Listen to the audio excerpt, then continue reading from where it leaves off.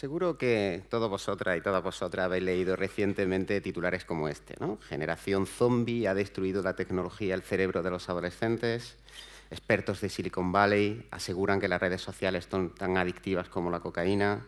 La heroína digital está creando una generación de jóvenes zombies, hasta el punto de que incluso a nivel de altas esferas políticas se están empezando a tomar decisiones para proteger la salud mental de nuestros jóvenes y adolescentes.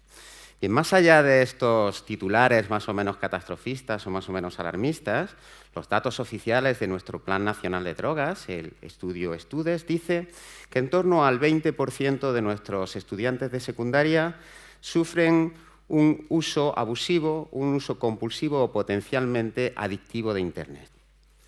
Bien, yo que soy padre y soy educador, lógicamente estos datos me preocupan, ¿no? Si esto es verdad, estamos ante un problema de dimensiones prácticamente catastróficas, ¿no?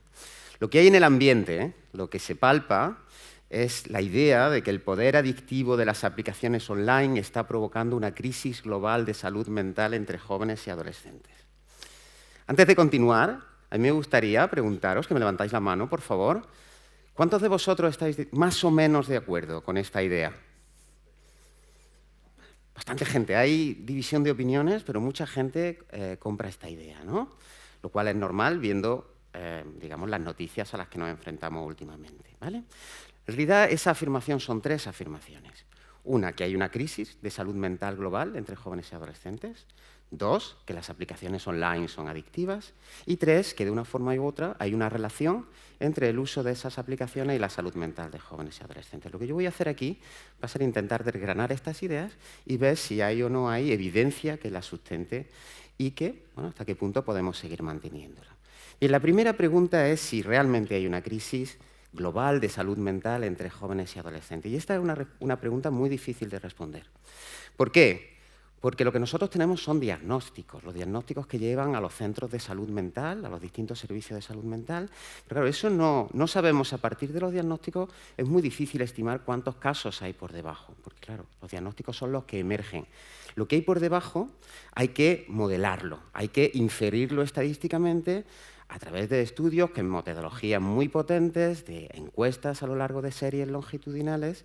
Y lo que nos dicen estos modelos es que, por ejemplo, en Estados Unidos, en los rangos de edad que aquí nos interesan, entre los 15 y los 29 años aproximadamente, lo que nos dicen estos modelos es que en Estados Unidos los casos de depresión, por ejemplo, están por encima de otras zonas del mundo, pero que ese incremento comenzó bastante antes de lo que se suele decir, comenzó aproximadamente a partir de los años 90.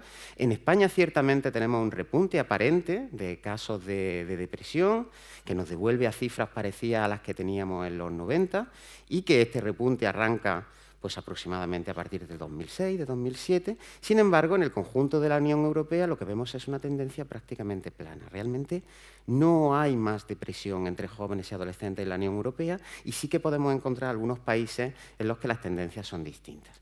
Claro, si nos vamos a datos más objetivos, por ejemplo, cosas que sí se pueden contabilizar, como por ejemplo los casos, las tasas de suicidio, lo que vemos es que en Estados Unidos estamos en cifras récord. Estamos por encima de las cifras que ya eran altas en los años 90.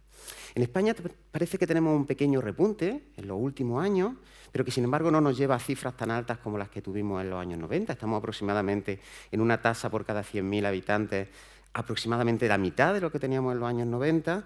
El caso de Francia es muy distinto, tenemos un descenso en las tasas de suicidio constante prácticamente desde los años 80, y el caso de Reino Unido se parece mucho al de Estados Unidos. Bien, entonces, ¿qué está pasando? Porque cuando yo presento estos datos, sobre todo entre gente que atiende en primera línea estos problemas de salud mental, yo diría que casi se me echan encima. Tú no sabes de qué estás hablando.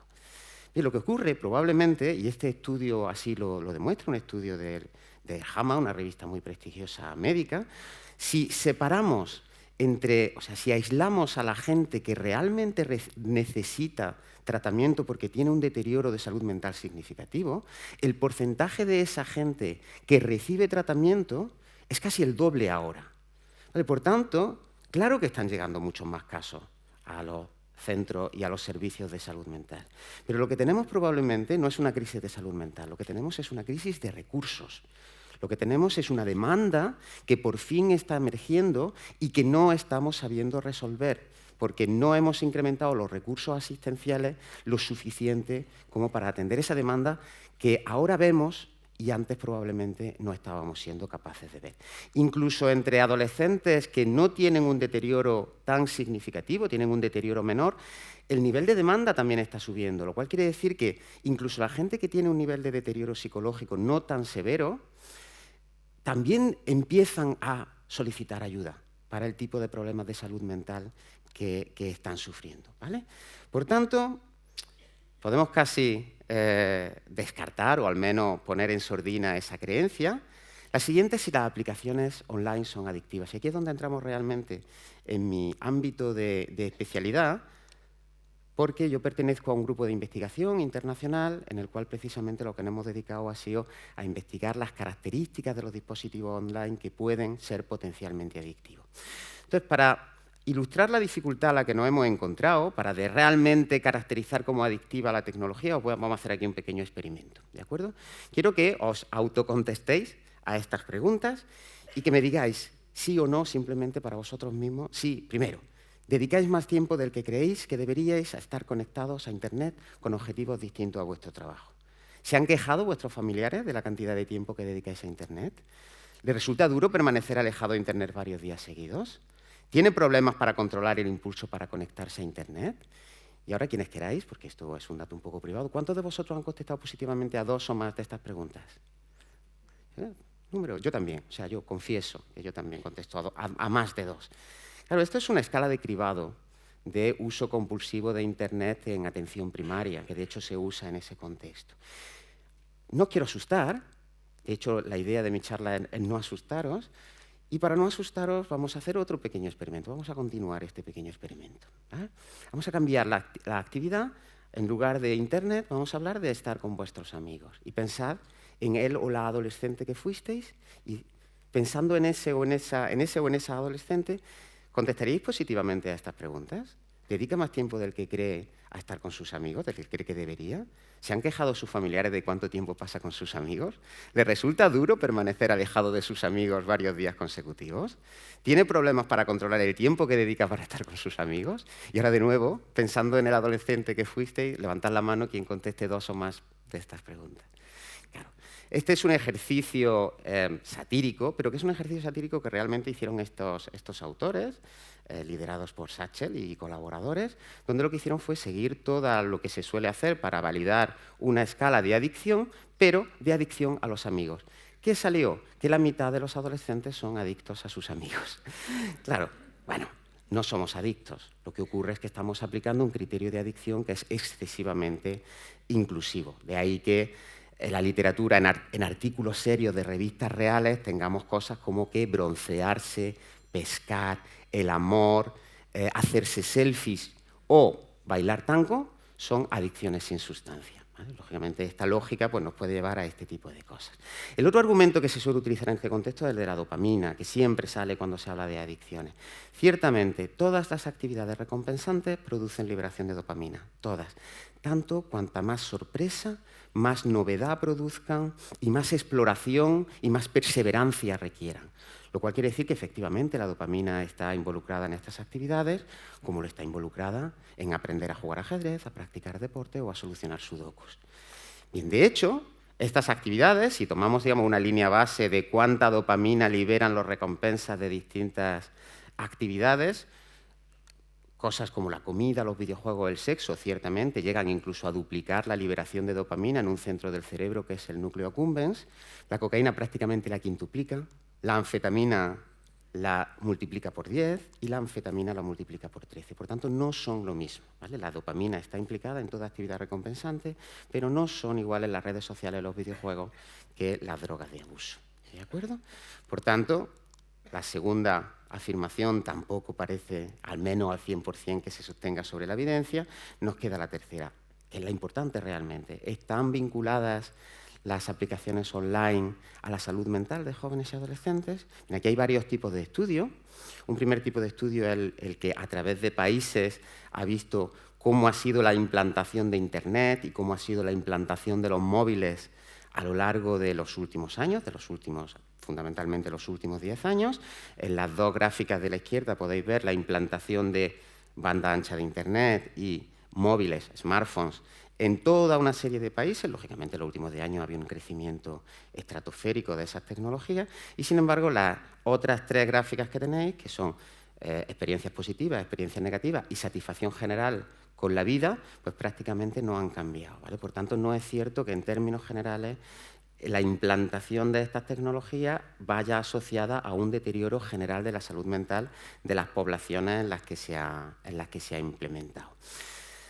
Otro tipo de estudio, más cuidadoso, en este caso un estudio a grandísima escala, hecho con adolescentes en Estados Unidos y el Reino Unido, tiene de bueno, aquí lo que se intentaba ver la correlación que existe entre tiempo de uso de estas tecnologías y bienestar emocional o bienestar psicológico. Y lo bueno que tenía este estudio, aparte de que tenía una metodología que impedía el imponer sesgos sobre la interpretación de los datos, es que permitía comparar distintos tipos de factores. Entonces, lo que se podía ver, por ejemplo, es que montar en bici está asociado a una pequeña, muy modesta, pero un pequeño incremento del bienestar emocional. La altura, por ejemplo, ser más alto está relacionado con el bienestar emocional. Ser diestro o zurdo prácticamente no tiene ningún efecto. Uso de la tecnología tiene un pequeño efecto negativo en términos generales en adolescentes, pequeño, pero ahí está, significativo estadísticamente. Similar en magnitud al de llevar gafas, para que lo pongamos en contexto. Dice, bueno, entonces esto es que no detecta nada. No, sí detecta, porque cuando vemos un factor realmente importante como es el bullying sí que demostraba tener un efecto muy importante sobre la salud mental de los adolescentes, ¿vale?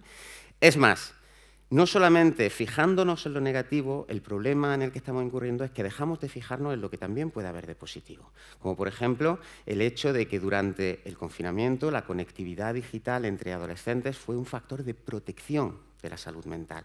O que ciertas comunidades, como por ejemplo ciertos colectivos tradicionalmente discriminados, como las minorías de identidad de género, las minorías de orientación sexual, encuentran en las redes de apoyo que a veces son muy difíciles de encontrar en el mundo físico. ¿De acuerdo? Nosotros, cuando yo tenía 13 o 14 años y me escapaba del instituto para irme a los juegos recreativos, ya existía este miedo. Eso no nos acordamos, pero ya había incluso cartas a las grandes revistas médicas advirtiendo de que se estaban empezando a encontrar casos de adicción al Space Invaders. Yo creo que aquí prácticamente nadie conoce el Space Invaders. Yo sí, y yo sí me he escapado del instituto para ir a jugar al Space Invaders o similares. Pero incluso antes, cosas como leer cómics o montar en coche o montar en bici o escuchar la radio que reblandecía el cerebro. Es decir, este tipo de pánicos ya han existido anteriormente. No quiere decir que estemos ante el mismo caso, pero es una historia que tiende a repetirse. ¿De acuerdo? Por tanto, la tercera de las afirmaciones tampoco se sostiene, al menos en su versión más radical, tampoco se sostiene sobre la base de la evidencia. ¿De acuerdo? La moraleja, por tanto, de todo esto es: el pánico no es bueno. El pánico nos impide ver aquellas causas, aquellos riesgos que son reales y que existen, tanto dentro de la red como fuera de la red. El pánico nos vuelve ciego a los matices que son importantes. Segundo, tenemos una cierta retrospectiva idílica, como personas adultas, algunas como yo ya muy adultas, sobre los jóvenes que en el fondo se parecen mucho a tener cierto prejuicio sobre ellos y ellas y su capacidad de adaptarse a un mundo que simplemente es distinto al nuestro. No tiene sentido hablar de tiempo de pantalla en términos generales, porque el tiempo de pantalla son tantas cosas que realmente no estamos hablando de nada. Y si prohibimos simplemente el acceso a las pantallas, probablemente lo que estamos es tirando al niño con el agua del baño, ¿no? Como se dice en inglés.